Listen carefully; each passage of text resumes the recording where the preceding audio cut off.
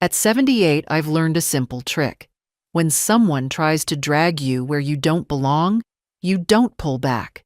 You step aside and let them carry their own weight to the floor. It isn't cruelty, it's physics, and a little bit of dignity.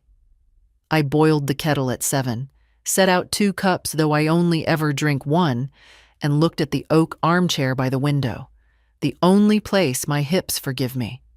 The cushion remembers me better than my family does. Outside, the postman waved. Old habit, I waved back. My name is Margaret Halpern. Today I will not be moved. Morning makes everything look cleaner than it is. The curtains still hold the faint smell of lemon soap. My hands do the old routines without asking me. Open the tin, measure the leaves, warm the pot. When the kettle clicked, I poured and waited for the tea to darken into something honest. The house was quiet enough to hear the radiator ticking. I like that sound. It says nobody is rushing me. The letterbox snapped at 8:20. A white envelope slid onto the mat with my daughter's tight handwriting. Claire never visits before noon. She manages schedules the way other people stack plates, fast and without looking. I slit the envelope with a butter knife. Mum, Adam will drop by to help you clear some space. Don't fuss. We'll be there at 4. No, please. No, would that suit you? Just will. I set the note by the sugar bowl and counted to 10, a habit from my years at the post office when men shouted about parcels as if I'd kept them personally. 4 o'clock was hours away. I could have said no. The phone sat on the counter like a dog that knows its name but won't come. I made a list instead. Keep the winter coats, donate the extra glassware, ignore any talk of heirlooms finding a new home. The chair wasn't going anywhere. The chair is my husband's weight still living in the wood. I whispered, "You're not up for grabs, are you?" The chair kept its counsel. At 11, I watered the spider plant and put a biscuit on a plate I didn't plan to share. It isn't stingy to be careful, it's survival. People think a widow will agree if you speak quickly enough. I move slowly on purpose. It makes the truth show its face. By 2, the sky had gone the color of washed denim. I took the old wool throw from the arm of the chair and folded it tight, because neatness is a kind of armor. The phone finally rang. Adam's voice, cheerful in that way people sound when they've already decided something for you. "Gran, we're just doing a quick sweep. Mum says you've got doubles of everything." "I've got doubles of patience," I said. "And 1 chair." He laughed like I was teasing him. "We'll be gentle." "You'll be guests," I answered. "That's gentler." Silence. A small one, but I heard it. "See you soon," he said, bright again, and hung up. I made another pot of tea, because some confrontations go down better with a warm cup in your hand. I put 2 slices of lemon on a saucer.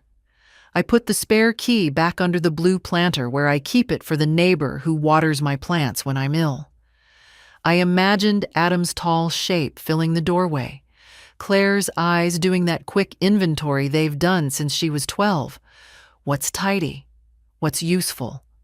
What can be moved? I felt the familiar soft ache between my shoulder blades and pressed my palm there until my breath steadied. At 3:50, the gate latch clicked.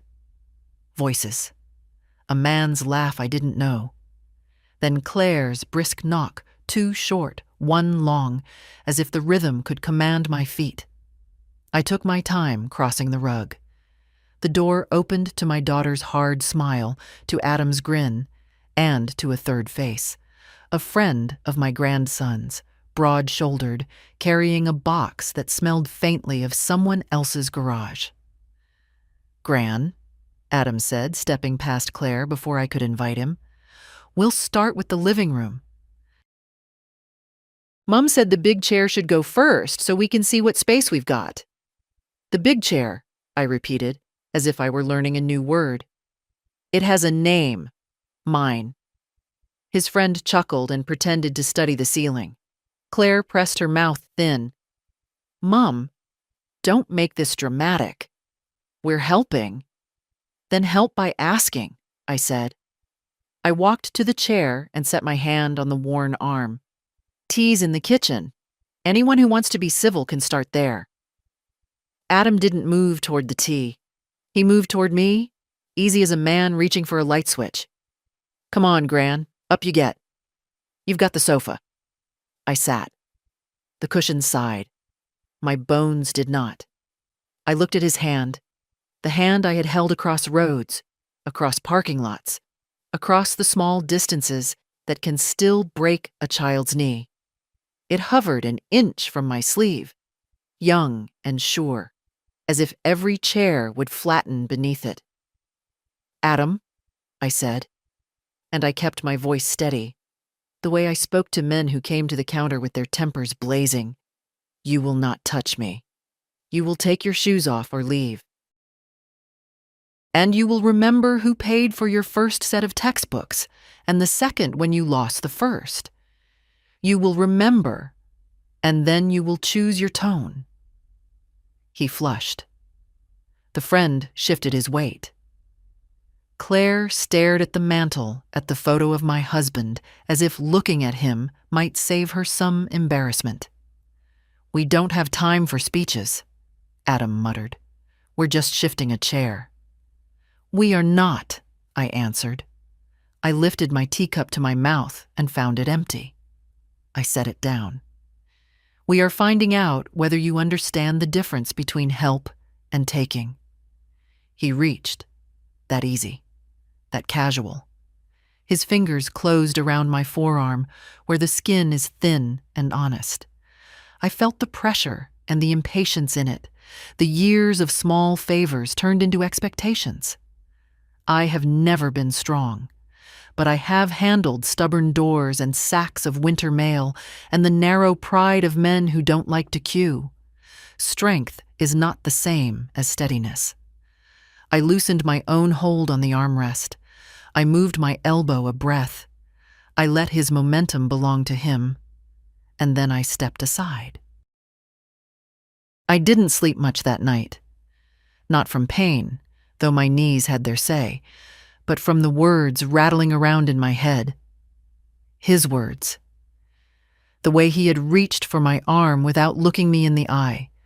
The way I'd stepped aside and let him stumble. More from instinct than plan. The sound of his body hitting the carpeted floor was softer than I expected, but the shock in his eyes was sharp enough to slice me open. At dawn, the house was so still I could hear the clock in the kitchen ticking like a metronome. I shuffled to the kettle, put it on, and sat down without turning on the light. The sky outside the window was pale and tired, like me. When the tea was ready, I carried the cup to my chair. The same one he'd tried to pull me out of. My chair, bought by my late husband when I turned 60, a seat that had molded to my shape over the years. I sat, hands curled around the cup, and stared at the photograph on the mantel. Charles, standing on the deck of that little fishing boat, grinning with the kind of pride only a man who'd just fixed an engine with nothing but a wrench and swearing could have. He'd warned me more than once that giving too much to our boy would turn into a habit. For him, not for me. You can't teach gratitude with a checkbook, May, he'd said. I'd laughed back then, certain that love and help were the same thing. By 9, the phone had rung twice.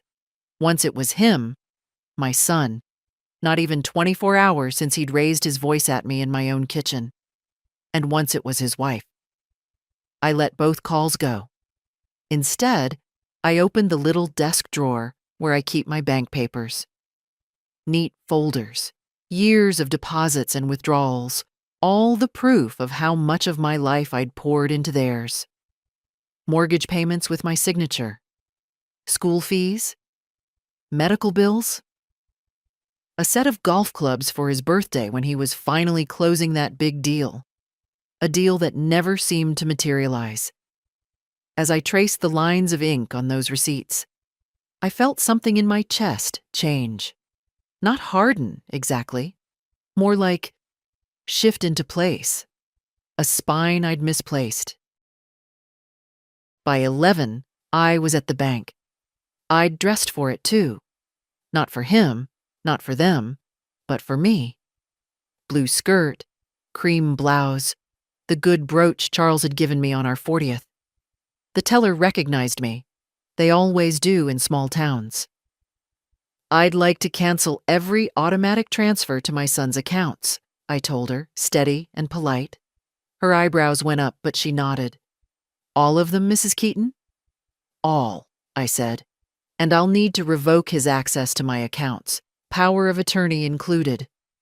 It took paperwork. It took a long wait in one of those upholstered chairs that smell faintly of disinfectant and pen ink. But when I walked out, the air felt different. Lighter. I didn't go straight home. I bought myself lunch at the cafe near the post office. Soup and bread, eaten slowly, with no one to hurry me. And when I did go home, there was a figure on my porch. Grandma! It was Lila, my granddaughter. She jumped up from the step, nearly tripping over her own feet, and rushed to take the grocery bag from my hand. Inside, over tea, she got to the point. Dad's saying you've gone, well, I don't know. Drastic, I guess. He's upset. What happened? I told her the truth, or most of it. She listened without interrupting, her eyes growing darker by the minute. I'm sorry, she said finally. I know they've been using you. I just didn't think it would go this far. It's gone far enough, I said. I'm done. She nodded, but I could see the worry on her face. The same crease I'd seen on my own in the mirror that morning. She left soon after, promising to call. When the house was quiet again, I sat in my chair, the one they'd tried to take from me, and realized something I hadn't allowed myself to before.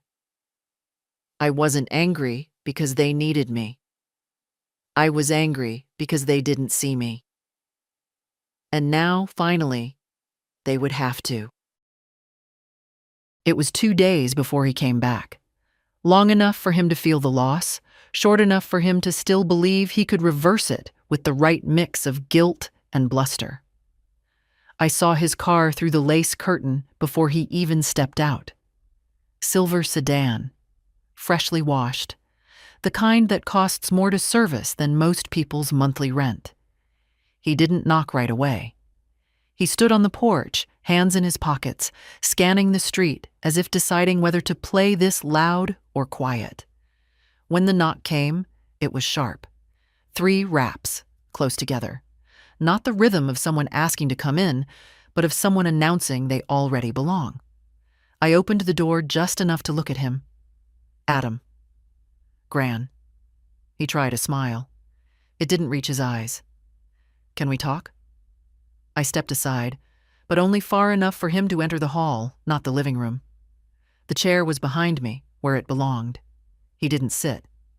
So, the bank called me. He said it like a man delivering news of a flood, expecting shock, maybe panic. And? They said my transfers aren't going through.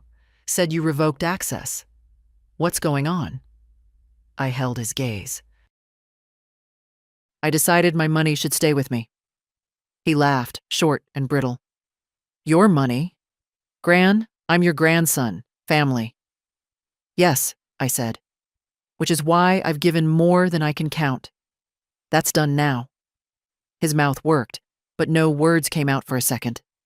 Then, you know I've got bills. I'm already behind on— You're behind, I said, because you've been walking in front of me, expecting I'll carry the load. I can't. I won't. He looked at the floor, then back at me, softer now. Is this about the chair? No, Adam. The chair was just the first time you reached for me and found I wasn't holding you up. That landed. I could see it in the flicker of his eyes, the way he shifted his weight. Gran, you don't understand. I'm trying to get my life straight. I've got plans. Plans are fine, I said. Pay for them yourself. Something in him snapped then. The voice came up, the jaw tightened. You can't just cut me off. After everything I've done for you. I felt my lips twitch, not quite into a smile. Everything you've done for me? He flinched. We both knew the list would be short. We stood there a moment longer, the air between us thick with things neither of us would say. Finally, he stepped back toward the door. You'll regret this, he said, low. No, Adam, I answered, just as low. I regret not doing it sooner. The screen door banged behind him. His car started, the engine loud in the quiet street, and then he was gone. I didn't move right away. My hands were steady, my knees less so, but I stayed standing in the hall until the sound of his engine faded. Then I went to the chair and sat, feeling the worn armrest under my palm. It wasn't joy I felt, or victory. It was space. Room to breathe without someone else's weight pressing down. The phone rang that evening, my daughter's number this time. Mother, she began, clipped and formal. Adam tells me you've decided to make things difficult. I've decided, I said, to keep what's mine. A pause. Then, with a tone I'd heard in her voice since she was a teenager, we were only trying to help you manage. You're not as young as you think. I'm not as naive as you think, I replied. She inhaled sharply. Well, if you're going to be stubborn, I suppose we can't stop you. No, I said. You can't. When I hung up, the house was silent again. I sipped my tea, the steam curling in the lamplight, and for the first time in years, I realized I was waiting for no one. That night, I slept. Really slept. By Sunday afternoon, I had counted 3 separate calls from numbers I didn't recognize. I let them ring. People who really need you will leave a message. People who want something usually hang up and try again later. When the 4th call came, I answered without thinking. Mrs. Keaton? The voice was bright, rehearsed, the kind they use when they're about to ask you to change your mind. This is Emily. I'm Adam's friend. She lingered on the last word as if testing how it might sound. He's a little upset. He feels like there's been some kind of misunderstanding. There hasn't, I said. She laughed lightly. I'm sure you don't mean to hurt him. He told me how close you two were. He's just in a tight spot, and... I cut her off. If Adam has something to say to me, he knows where I live. He doesn't need a messenger. There was a pause. Then, I just thought maybe you didn't understand his situation. I understand it better than you do, I said, and hung up.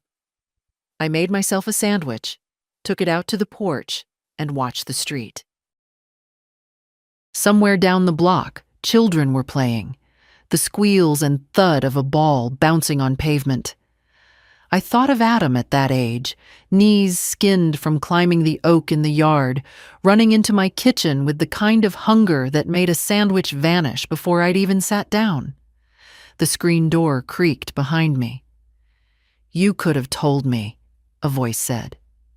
It was Lila again. She came around to the front, backpack slung over one shoulder, her hair loose and windblown. She sat on the porch rail like she used to when she was small, toes kicking the air. Told you what? I asked. That you'd cut Dad off, that you'd changed the accounts. He's not taking it well. I imagine not. She bit her lip. He's been calling everyone. Aunt Marcy, Uncle Dean, even Mom's cousin in Ohio. Says you're not yourself lately. That maybe someone should step in. The words settled heavy between us. It was a tactic I knew well. Make someone seem unstable, and you can justify taking their control away. Lila, I said, there's nothing wrong with my mind. Your father just doesn't like my decisions. She met my eyes and nodded slowly. I told them that. But you know how they are.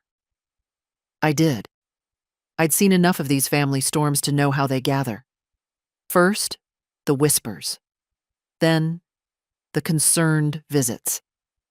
Finally, the paperwork that shifts your name off your own front door.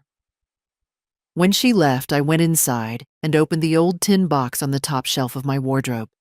Inside were the deeds to the house, my will, and the envelope Charles had sealed years ago with a note that read, "For May, when she needs it." I didn't open it. Not yet. Monday morning, I called Mr. Perry, my solicitor. He'd been handling small matters for me since before Charles passed.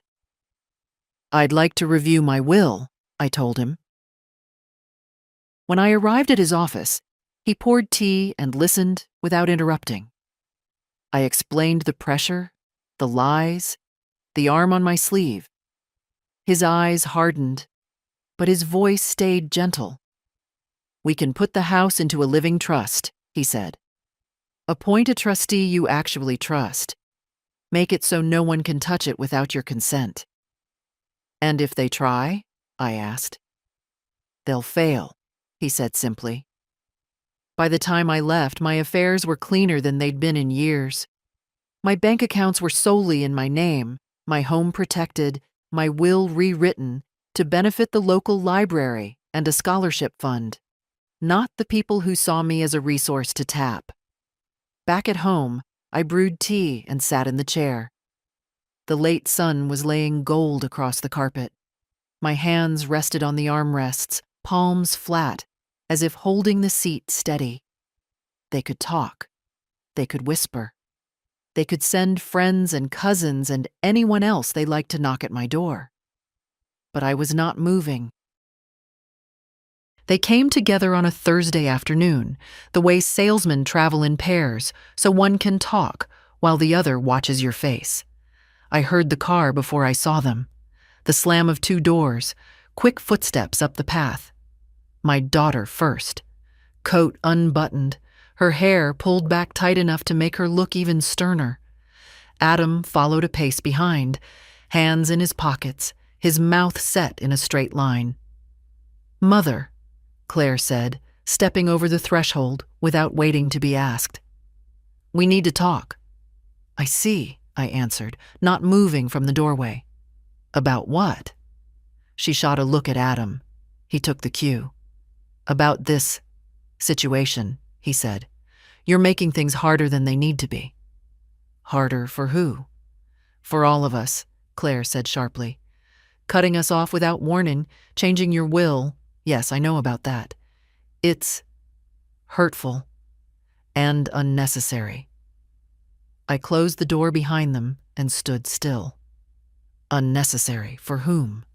The people who thought my money would last forever? Or the people who thought I wouldn't notice how I'm spoken to in my own house? Adam sighed. That long-suffering sound I used to hear when he was a boy, asked to do his homework before going out to play. "Gran, no one's trying to hurt you. But you're overreacting. One bad afternoon doesn't erase all the years, doesn't it?" I cut in. "Do you know how many years I've been told I'm overreacting every time I said no?" Claire stepped forward. "This isn't about the chair." "You're right," I said. "It's about respect, which has been missing longer than you're willing to admit." Her eyes narrowed. "We're your family." "Family doesn't grab your arm to move you like furniture," I said quietly. "Family doesn't send strangers to talk sense into you family doesn't start calling lawyers behind your back." She hesitated just a moment, just long enough for me to see she'd been caught out.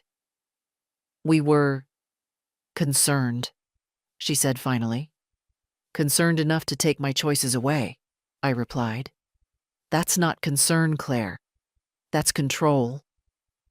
Adam shifted his weight. "Gran, come on. You're making this into a battle." "We just want things back the way they were." I met his eyes. "Back the way they were means me paying while you take. That's over." Claire's voice rose. "You'd really rather cut your own daughter and grandson out of your life than help us when we need it?" I didn't raise mine. "I'd rather keep my dignity than trade it for the chance to be tolerated in your lives." The room went still. Adam's eyes flickered to the chair. Claire's lips pressed tight. I could feel the distance between us, a gap that had been there for years but now stood bare in the middle of my living room. "I think we should go," Adam muttered. Claire looked at me for a long second, as if trying to memorize this version of me, the one who wouldn't budge. Then she turned on her heel. At the door, Adam paused. "You know," he said, "one day you're going to need us." "Maybe," I said, "but I'll never need you like you think I do." The door shut. Their car rolled away. I sat down in the chair, feeling its familiar shape hold me. Outside, the late light fell across the path they'd just walked, gilding the edges of the world I had decided to keep for myself. For the first time in years, I felt like the ground under my feet truly belonged to me. It was a week before I saw him again. That was enough time for my garden to start showing its spring colors. Tulips just tipping open, daffodils standing tall as if they owned the place. I'd been pruning the roses when I heard the crunch of tires on gravel. I stood up slowly, brush clippers still in my hand. The silver sedan was back, but this time it wasn't alone. A black pickup pulled in behind it, the kind with mud still caked on the wheel arches. Adam climbed out first, sunglasses on though the day was overcast. 2 men followed from the truck, both young, both built like they'd been paid to move other people's belongings for a living. One carried a flattened cardboard box. The other had gloves tucked into his back pocket. "Gran," Adam called, his smile broad and false. "We thought we'd help you get started with that clearing out you've been talking about." "I haven't been talking about it," I said. He ignored me, walking up the path as if he owned it. The 2 friends trailed behind, glancing at each other like they were in on a joke I hadn't heard. Inside, the air was cool from the morning's rain. I'd left the front door unlocked, my mistake, and Adam pushed it open without asking. "Let's start in the living room," he said. "Get the big stuff done first." I stayed in the doorway. "There's nothing in here that needs moving." "That's not what Mum said," he replied. "She's worried about you tripping over things. We're doing you a favor." His friends began looking around, their eyes settling on the oak chair in its spot by the window.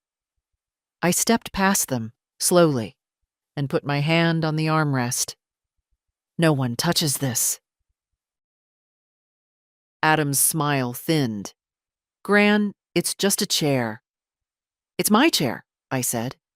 "And you're guests in my home. Start acting like it." One of the friends, the taller one, muttered, "Man, let's just take it and go." Adam didn't tell him to be quiet. He took a step closer instead. "You're making this harder than it has to be. We're trying to help." "You're trying to take," I answered. The shorter friend snorted. "Same thing, ain't it?" I looked at Adam. "Get them out of my house." He shook his head, and the smile vanished. "We're doing this today, whether you like it or not." My fingers tightened on the chair. I could feel the smooth dip in the wood where Charles's hand had rested for years, I thought of all the evenings we'd sat here together, him with a book, me with my knitting, the world outside our window. "You're not moving this chair," I said. Adam came forward, closing the space between us until I could smell the faint tang of cologne he'd probably borrowed from a friend. "Gran, you can sit on the sofa for once. Come on." "I'll sit where I choose," I told him. His hand twitched toward my arm, then pulled back, as if he remembered the last time. But the look in his eyes told me he hadn't learned the lesson. He just wanted to pick a better moment to force it. The taller friend started unfolding the box. "We're wasting time," he muttered. Adam took another step, standing right over me now. "Move, Gran." I looked up at him, steady. "No." For a moment, no one moved. The only sound was the faint hum of the fridge in the kitchen. Then Adam gave a short, sharp laugh, as if to play the tension off, and gestured toward the box. "We'll just pack it around her," he said. They all started toward me then, and I knew. The moment was coming. The one I'd seen in my head since the day I'd stepped aside and let him fall. The taller one bent to slide the flattened box behind the chair. The other hovered near the armrest, eyes darting between me and Adam, like he was waiting for permission to touch something he knew he shouldn't. "Don't," I said to both of them, not raising my voice, not blinking. Adam crouched slightly, palms open like you might, with a skittish dog. "Gran, let's make this easy. You stand up, we move the chair, you sit back down. 10 minutes. Tops." "10 minutes for you," I said. "The rest of my life for me?" He sighed, that deep, irritated sound. "You're blowing this out of proportion." "Am I?"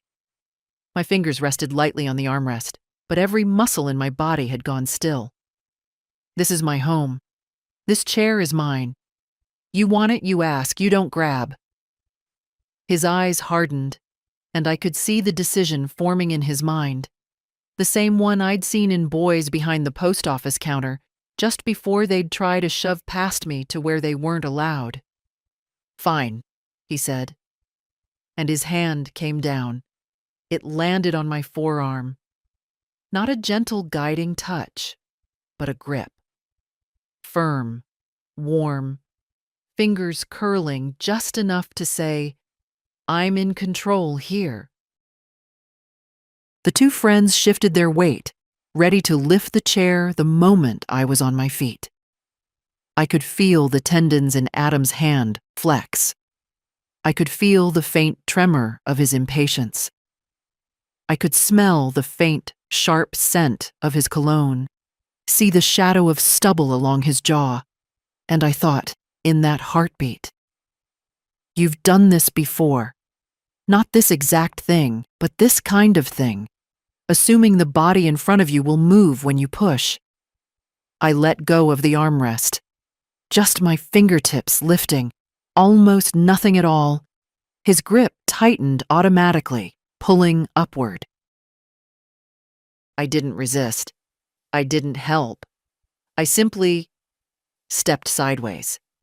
The motion was small, but it was enough. His own pull sent him off balance. The arm that had been steadying him, mine, was gone. His weight went forward. His knees hit the edge of the cushion. His upper body pitched past it. The taller friend reached out too late. Adam's shoulder struck the back of the chair, and then he stumbled sideways into the coffee table. The box clattered to the floor, the sound loud in the quiet room. "Whoa, man," the shorter one said, half laughing, half surprised. Adam straightened, rubbing his arm, his face flushed with more than just the stumble. "What the hell, Gran?" "You pulled," I said, my voice calm. "And you fell. That's all." He stared at me, eyes narrow. I could see the humiliation working its way through him. Not because I'd hurt him, but because I hadn't played the part he expected. I hadn't resisted. I hadn't given him the satisfaction of a struggle he could pretend to win. "This is ridiculous," he muttered, glancing at his friends as if looking for backup. "Then leave," I said. The taller one shifted uncomfortably. "Maybe we should, Adam. This ain't worth it." But Adam wasn't ready to give up. "You think this is over? You think you can just—" "Yes," I said, cutting across him. "I can just. Because this is my house, and you're standing in it without my permission." For a second, no one moved. The taller friend took a slow step toward the door. The shorter followed. Adam stayed where he was, breathing hard, his eyes fixed on me. Then finally, he turned and walked out. Not quickly, not stomping. Just a steady retreat that felt like him swallowing something bitter. I didn't follow. I stayed in the chair, hands folded in my lap, listening to the sound of the door closing, the muted rumble of engines starting, and the gravel crunching under tires as they pulled away. The house was mine again. The silence after they left was different from the kind I usually kept. It wasn't the calm that comes from an empty house and a pot of tea cooling on the table. It was the kind that follows a slammed door, air still vibrating, dust still settling. I stayed in the chair a long time, my hands resting on the armrests, fingers tracing the smooth, worn grooves in the wood. I could feel Charles there, not as a ghost, but as memory pressed into the grain, steady, patient, refusing to be shifted without reason. Outside, a neighbor's dog barked once, then again. Somewhere down the block, a lawnmower started up. The ordinary world kept going, but in my living room, the air still carried the faint scent of Adam's cologne and the sharper, heavier tang of his frustration. I should have been shaking. Maybe 10 years ago I would have been. But my breath was even, my heart steady. I'd spent a lifetime smoothing over other people's tempers. This time, I'd stepped aside and let the temper fall where it belonged. The coffee table still sat a little askew from where Adam had bumped it. I reached down, straightened it, and smoothed the runner on top with the flat of my palm. There. Right again. In the kitchen, I filled the kettle. The familiar sound of the burner clicking on grounded me. I chose the good china cup, the one with the faint blue pattern around the rim. If you're going to drink victory tea, it might as well be in style. As the water heated, I thought about the last year, the small moments I'd ignored, the casual way Adam would pick up something from my shelf without asking, the way Claire would rearrange my cupboards when she visited, saying she was making it easier for me. Little trespasses, smoothed over with smiles. Each one a quiet rehearsal for today. The kettle clicked off. I poured the water over the leaves, watching them bloom and darken the liquid. In that simple swirl, I could see the truth. I had been training them to treat me this way. Every unspoken protest, every polite smile at a rudeness had been a kind of permission. Not anymore. I carried my cup back to the chair, sat down, and let the steam curl up into my face. The late afternoon light came through the lace curtains, scattering patterns on the carpet. The chair cradled me as it always had, the seat giving just enough under my weight, holding me steady. I knew Adam would be on the phone already. To Claire, to anyone who'd listen. The story would shift, tilt in his favor. In his version, I'd been stubborn, unreasonable, maybe even unstable. That was how these things went. But I also knew this. Every person he called was another person who'd hear my name, and maybe they'd remember the woman they'd met at the post office, the one who handled parcels and tempers with the same unflappable care. Maybe they'd wonder why she would suddenly draw such a hard line. And maybe they'd think, just maybe, that she'd had good reason. The phone rang twice that evening. I didn't answer. I let it sing its hollow song into the room, then stop. I was done justifying myself. As the light faded, I fetched the tin box from the wardrobe again. This time, I opened the envelope Charles had left for me. Inside was a short note in his firm, blocky hand. May. If you're reading this, it means you've decided you've had enough. Trust yourself. You're stronger than they think. Below it, a bank certificate for a small account I hadn't touched in years, enough to keep me secure, independent, untethered from their grasp. I smiled. A real one, the first in days. I slipped the note back into the envelope, put it in the tin, and returned the box to its place. The chair was waiting. I settled into it, tea still warm in my hand, and thought, this isn't just about keeping what's mine. It's about keeping me. It was mid-morning when I saw her car pull into the drive. Claire, alone this time. No Adam, no friends with cardboard boxes. Just my daughter in her dark coat and those heels she wears even when the pavement's slick. She didn't knock. She opened the door the way she used to when she was still a teenager living here. Half hesitant, half entitled. Mother? In here, I called from the living room. She stepped in, her eyes landing on the chair first, then on me. Good. You're up. I've been up since 6, I said. Some of us still keep the morning. She smiled, but it was tight, the kind that's meant to soften the next thing she says.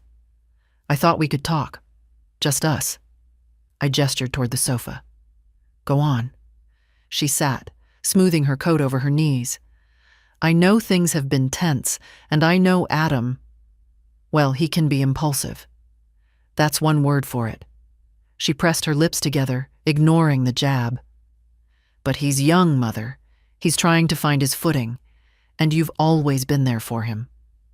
I've been there for both of you, I said.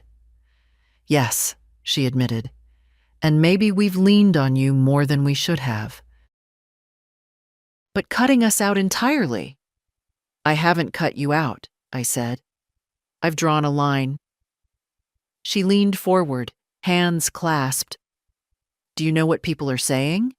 They think you're angry, that you're pushing family away, that maybe you're not thinking things through. I've thought about nothing else, I said. She looked down at her hands. We're your family, Mum. Adam's your only grandson. He's made mistakes, but he loves you. Love doesn't grab my arm to move me out of my own chair, I said evenly. Her head came up fast. He didn't mean, I don't care what he meant, I care what he did. She exhaled through her nose, like she used to when she was a child denied some treat. You've always been stubborn. I've always been steady, I corrected. We sat in silence for a moment. The old clock on the mantel ticked loud in the pause. Finally, she said, Adam's in trouble financially. If you could just help him get through this rough patch. Claire, I said, you've been telling me he's in a rough patch for 10 years. If the road's been rough that long, it's not the road. It's the driver. She blinked at that. I could see she didn't have a ready answer. I softened my tone, but not my resolve. You're my daughter. I want to see you. I want to have tea and talk about your work and the weather and the tulips in the garden. But if every visit is just another request for money or things, we won't see each other much. Her mouth tightened again. So that's it? You've decided, and nothing I say will change your mind. That's it, I said. She stood, smoothing her coat again. I don't understand you. You don't have to, I told her. You just have to respect me. For a moment she stood there, eyes searching mine for some hint of weakness. Then she turned and walked to the door. I'll tell Adam you said hello." "I didn't," I replied. The door closed softly behind her. I stayed in the chair, listening to her car pull away. My hands rested on the worn wood of the armrests, the same as they always had. But something in me felt new, not harder, but clearer. They could try again. They probably would. But every attempt would find me right here, in my place, steady as oak. They didn't wait long. 2 days later, the silver sedan was back in my drive. This time, Claire was with him. The sight of them climbing out together told me everything. Whatever softness she'd tried last time had been replaced with resolve. His kind, not mine. Claire led the way up the path, chin high. Adam followed, hands stuffed deep in his jacket pockets. Neither looked like they'd come for tea.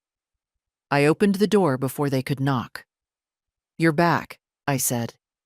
"We need to settle this," Claire said, stepping past me. "It's gotten out of hand." Adam brushed in behind her, eyes sweeping the room until they landed on the chair. He didn't bother to hide his focus. I closed the door. "What exactly needs settling?"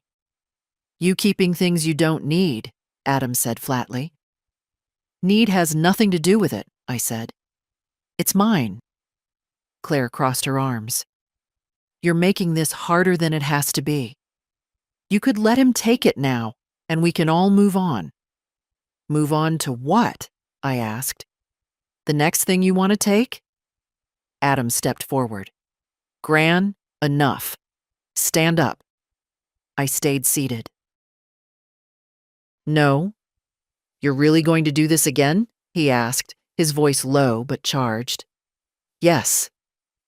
He glanced at Claire, and whatever passed between them in that quick look was agreement. She didn't say anything, but she didn't move to stop him either. Adam's jaw tightened. He took 2 strides and stood over me. "Last chance." I met his eyes. "Adam, if you put your hands on me again, the fall will be yours alone." He reached. Not slow this time.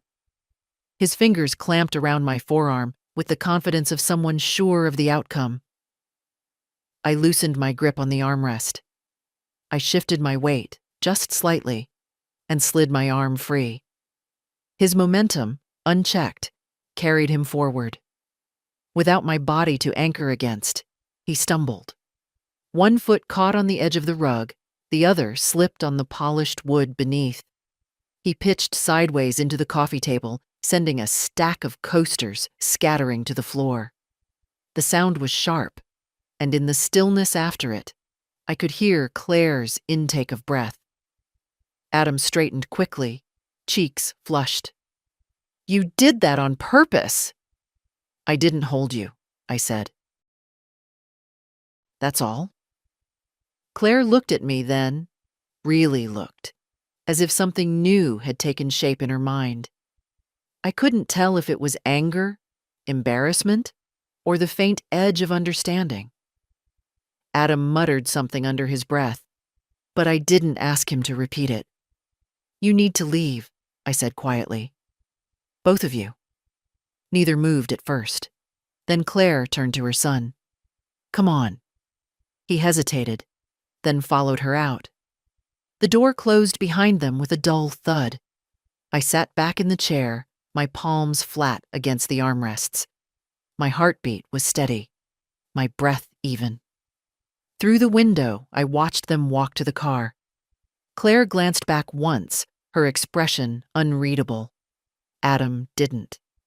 The sedan pulled away, and the sound of it faded down the street. The house was mine again, and this time, I knew the lesson had landed. Not because I'd forced it on them, but because I'd refused to be moved. The house felt different after they left. Not quieter, it had always been quiet, but clearer, as if some long fog had finally burned off.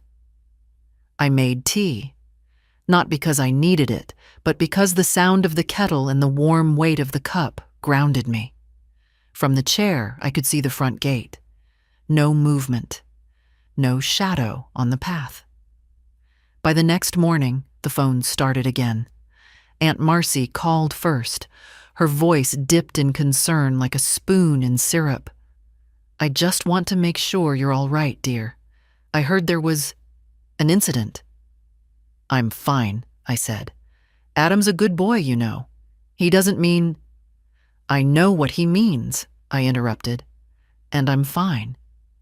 She hesitated, then lowered her voice as if the walls had ears. "People are talking, May. They think maybe you should ease up, for the sake of peace." "Peace for who?" I asked. She didn't answer that. We exchanged polite goodbyes, and I hung up. An hour later, my neighbor Ruth stopped by with a pie she just happened to bake. Over coffee, she leaned forward. "Adam was over at the petrol station this morning, telling anyone who'd listen that you've gone stubborn. That you're letting pride get in the way of family." I smiled at that. "Better pride than debt?" She chuckled and squeezed my hand. "Good for you." When she left, I went to the wardrobe and brought down the tin box. Out came the deed, the bank documents, and the envelope from Charles. I laid them on the table like cards in a game I was finally ready to play. That afternoon, I called Mr. Perry again. "Let's move forward with securing the trust," I told him. He had the papers ready the next day. At his office, I signed my name where he pointed. The trust was formal now, the terms clear. The house and its contents were mine for as long as I lived, untouchable without my written consent. Upon my death, they would pass not to Adam or Claire, but to the local library's literacy program. "You're certain?" Mr. Perry asked. "I'm certain," I said. Back home, I placed my copy of the trust papers in the tin box, locking it with the small brass key that had hung on my keyring for years. Then I put the box back in its place, high and out of reach, where only I could get it. That evening, the phone rang again. This time, it was Claire. "I don't know what you've done," she said without preamble, "but Adam's furious and hurt. He feels betrayed." "I imagine he does," I said. "Mom," her voice caught, and for a moment I thought I heard something real under it. "This isn't you. You've always been generous." "I'm still generous," I told her, "just not foolish." Silence. Then clipped. "Fine, have it your way." "I will," I said, and hung up. After that, the calls slowed. The visits stopped. My days returned to their quiet rhythm. Morning tea, the postman's wave, afternoons in the garden. The absence of them was not loneliness. It was space. One evening, as I sat in the chair with the light fading through the curtains, I thought about what Charles's note had said. "You're stronger than they think." I believed him now. The first week after the trust papers were signed felt almost too quiet. No phone calls demanding explanations. No unannounced footsteps on the path. Even the post was lighter. Fewer envelopes with other people's handwriting asking for just a little help. I didn't realize how much space those demands had taken up until they were gone. It was like moving a heavy wardrobe out of a room and suddenly seeing how much light the window could give. My mornings became mine again. I rose when I pleased, not when someone else's problem needed solving. I'd open the curtains in the living room, greet the garden as if it were an old friend, and settle into the chair with my tea while the world outside stretched itself awake. I began baking again, small things, scones and shortbread, not because anyone was coming to eat them, but because I enjoyed the smell. I gave a plate to Ruth next door and another to Mr. Perry's secretary, who had been kind enough to make me extra copies of the trust. Some afternoons I'd walk to the library, carrying a novel home under my arm. The librarian, a quiet woman named Elaine, would ask if I wanted to join the reading circle on Tuesdays. I hadn't said yes yet, but I liked that I could. But beneath it all, there was a thread of readiness, a taut string I kept in my mind, humming faintly. Because people like Adam, like Claire when she followed his lead, rarely accepted a closed door without testing the handle again. One afternoon, as I watered the plants by the window, I saw a car slow in front of my house. Not theirs. Just someone unfamiliar idling as if they were looking for an address. They drove on after a moment, but I felt my back straighten, my hands still on the watering can. I thought about what I'd do if they came back, if Adam showed up again, or if Claire tried another soft-spoken visit that was really just a bid for control. The plan was simple. I wouldn't open the door unless I chose to. I'd keep my chair, my calm, my place. Sometimes, late in the evening, I'd think about the old version of myself, the one who believed that keeping peace meant keeping quiet. She was gone now, or maybe she'd just stepped aside, the way I had when Adam's hand was on my arm. Let him fall under his own weight. Charles would have liked that thought. I imagined telling him about the trust, about the library's future windfall, about how Adam had stumbled twice now and might think twice before trying again. I imagined him smiling, not with triumph, but with that slow, approving nod he gave when I'd done something hard and right. The chair creaked slightly as I leaned back, my palms resting on the worn wood. Outside, the tulips were fully open, their petals catching the last of the light. Inside, the air was still, the kettle cooling in the kitchen. The piece wasn't an accident. It was built, like a garden wall, stone by stone, each one a choice to keep what belonged to me. And if anyone came to test it, they'd find it stood as steady as I did. It came on a Tuesday, a plain white envelope, my name written in Adam's quick, impatient hand. No return address, but I recognized the slight smudge where the ink had caught on the loop of the Y in May. For a moment, I thought about leaving it on the hall table, unopened. But curiosity, and a kind of duty to see what he had to say, won out. Inside was a single sheet of lined paper, torn from a notebook. The words were cramped, crowded together, as if he'd written them in one sitting without much thought to space. Gran, I guess you've made up your mind. Fine, I won't ask again. But you should know things haven't been easy. Lost my job last month. Been staying with a mate. It's not great. I thought family was supposed to help each other out, but I guess you see it different. I won't bother you anymore. Just don't expect me to come around at Christmas or birthdays. You made your choice. There was no signature. Just his name printed in block letters at the bottom, like he couldn't bring himself to sign it the way he used to when he was a boy. I read it twice, then set it down on the table beside my chair.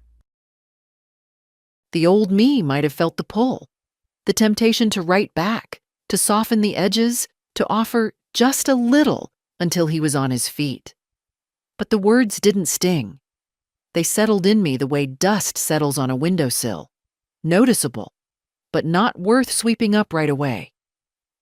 He was right about one thing. I'd made my choice. And perhaps he thought his letter would wound me or guilt me into a reply. But what I saw in those cramped lines was something else. Proof that he could survive without me. He already was. Maybe not well, maybe not comfortably, but survival doesn't require comfort. That night, I made tea and read in my chair until the light faded. The letter stayed on the table, untouched, a silent marker of the line we'd drawn between us. Over the next week, life went on. I took a basket of scones to Ruth.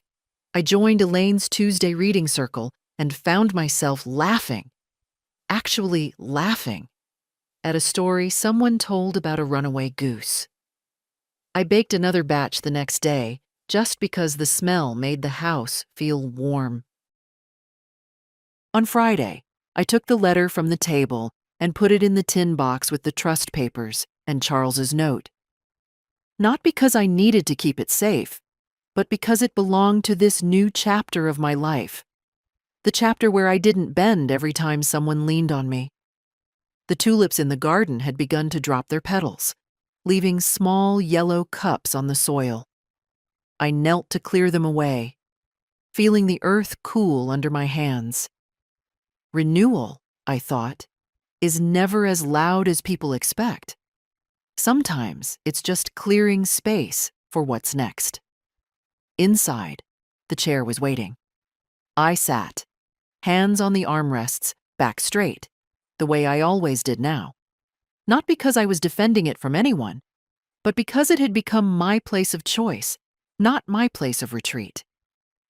Adam might never sit in it. He might never come back through that door. And that was all right. The garden would bloom again, the kettle would boil, the chair would hold me, steady as oak. I'd made my choice. It was a gray morning when I saw her car again. No Adam this time. Just Claire, pulling up slow as if she hadn't decided whether to park or keep driving. She sat in the driver's seat for a moment, hands resting on the wheel, then finally got out. I opened the door before she could knock. "Claire." "Hi, Mom." Her voice was soft, almost tentative. She stepped inside, her eyes flicking briefly to the chair, then away again. I gestured toward the kitchen. "Tea?" She nodded. "Please." We didn't speak while I filled the kettle and set 2 cups on the counter. The silence between us wasn't the brittle, sharp kind from before. It was something looser, with room in it. When the tea was ready, I carried the cups to the living room. She chose the sofa without prompting. I took my chair. She held her cup in both hands, looking down at the steam. "I got your letter," she said. I frowned slightly. "I didn't send you a letter." "From Adam," she clarified. "He sent me a copy of what he wrote to you. Said I should know why he's upset." "And do you?" I asked. She gave a small, humorless laugh. "I know why he's upset. But I also know why you did what you did." I waited. She looked up then, meeting my eyes. "When you told me you'd put the house in trust, I thought it was cruel, like you were cutting us out just to make a point. But after the other day—" She stopped, shook her head. "I saw the way he grabbed you, the way he acted like it was his right, and I realized I've done that too. Not physically, but in other ways." I didn't let my face soften yet. "Go on?" She took a breath. "You've always been there, Mom. Always ready to help even when we didn't deserve it. And we've treated it like a given. Like something we could take without asking." I sipped my tea, the warmth steady in my hands. "And what do you think about that now?" Her voice dropped. "I think you were right to stop it, even if it hurt." I didn't answer right away. The clock ticked. Somewhere outside, a bird called once, then again. Finally, I said, "Understanding is the first step. Respect is the next." She nodded slowly. "I'm trying."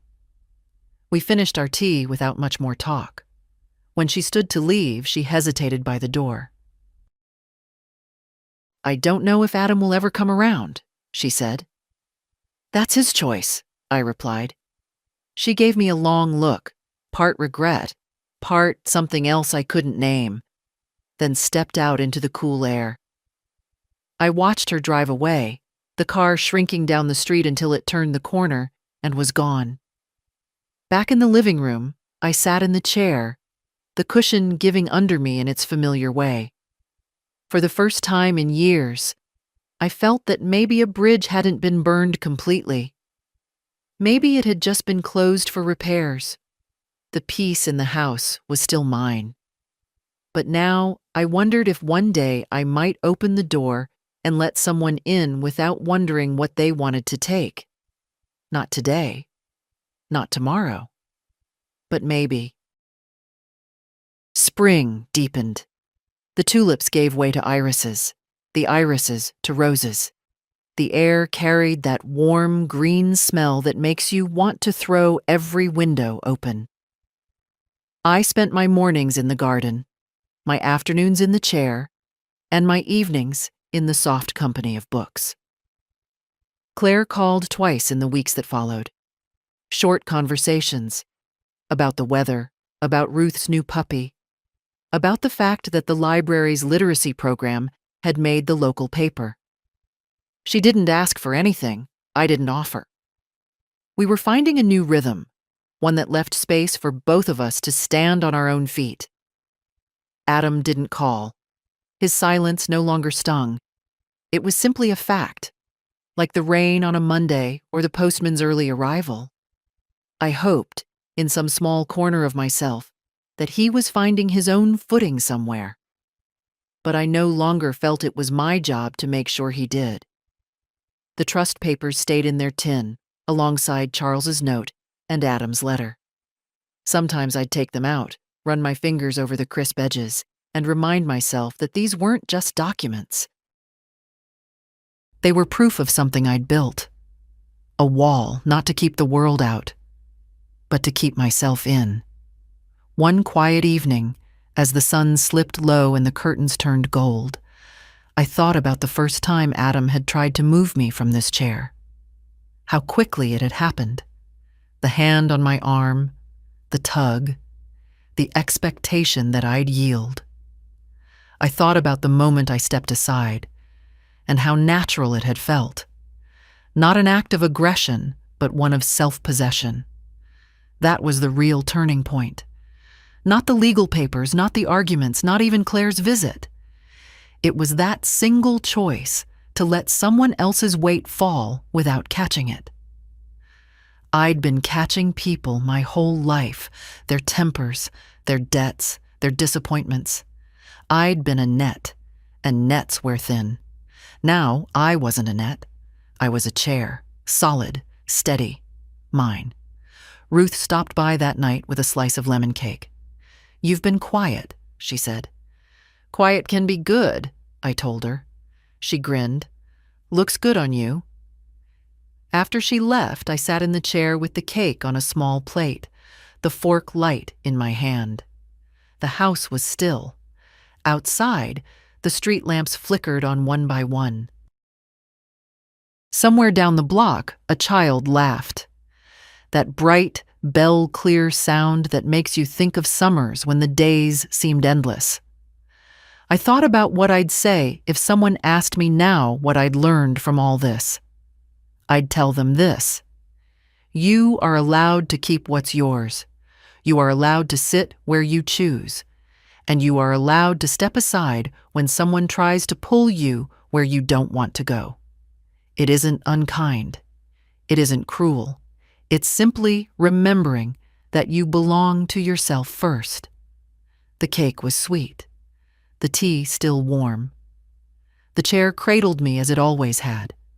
I watched the light fade until the room was all soft shadow, and I felt the kind of peace that doesn't ask for permission. If you're reading this and you've been holding too much for too long, if you've been catching every fall that isn't yours, let this be your reminder. You can let go. You can let them stand or stumble on their own. You can keep your seat. And when you do, you'll find it's not the world that steadies you. It's you.